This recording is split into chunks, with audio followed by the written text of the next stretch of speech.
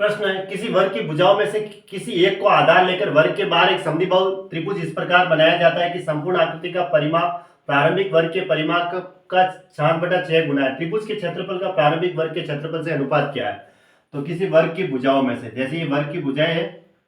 इस वर्ग की भुजाओं में से एक भुजा को आधार लेना है, तो मैं ऊपर वाली भुजा को आधार ले लेता हूँ और बाहर एक क्या बनाया है, समद्विबाहु त्रिभुज है ना। ऐसे समद्विबाहु त्रिभुज है तो इसकी दोनों भुजाएं ये दो बराबर कर दी, ठीक है, दो भुजाएं बराबर होगी समद्विबाहु त्रिभुज में। ऐसे कि संपूर्ण आकृति का जो परिमाप है ना, इस पूरी आकृति का जो परिमाप है वो प्रारंभिक वर्ग के परिमाप का, प्रारंभिक जो वर्ग है ना उस वर्ग के परिमाप का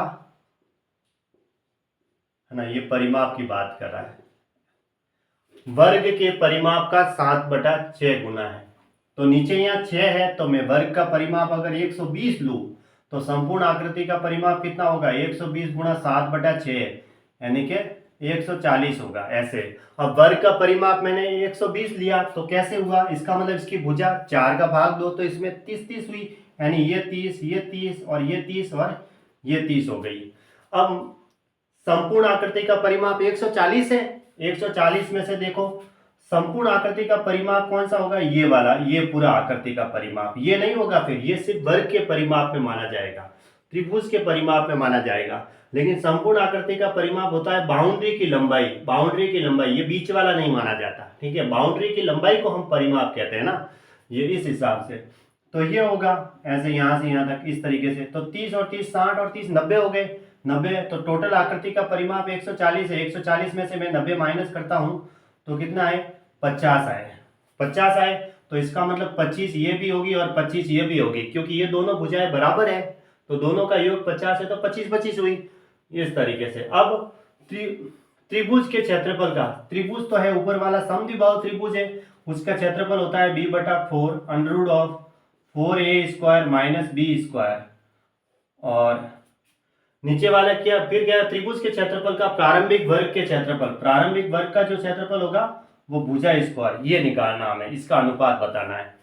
तो b/4 इसका बेस कितना है, 30 है, 30/4 अंडर रूट ऑफ 4a², ये है वो 25 है, क्योंकि दो भुजाएं जो समांतर, दो भुजाएं जो बराबर है ना, समांतर क्या, दो भुजाएं जो बराबर है ना, समान है ना,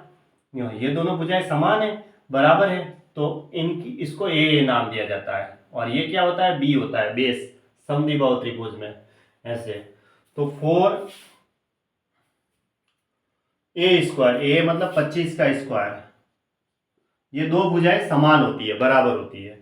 माइनस b², बी है वो बेस, 30 का स्क्वायर कितना हुआ, 900, ठीक है, बटा, अब यहाँ पे भुजा स्क्वायर है, भुजा कौन सी है, ये वाली, इस वर्ग की भुजा है, वर्ग का क्षेत्रफल बताना है नीचे, तो वर्ग का क्षेत्रफल 30 का स्क्वायर करेंगे तो कितना हो जाएगा, 900। अब देखो 25 का स्क्वायर 625, 625 को 4 से गुणा करते हैं तो कितना आता है, 2500, 2500 में से 900 माइनस करते हैं तो कितना होता है, 1600 है ना। तो 30/4, 1600 का वर्गमूल होता है 40 बटा 30 का स्क्वायर 900, ऐसे लिख सकते हैं। ये देखो ये 10 बार कटा, ये 00 से 00 गया और 1 से ये 3 बार गया, तो कितना आया, 1:3 आ गया, ठीक है, 1:3। तो कौन सा ऑप्शन हुआ, ऑप्शन डी सही है, 1:3 आया। ये दो भुजाएं समान होती है समद्विबाहु त्रिभुज में, तो इन दोनों का योग 50 था तो ये 25 हो गई। अब ये तो हो गया 20, और ये जो समान भुजाएं हैं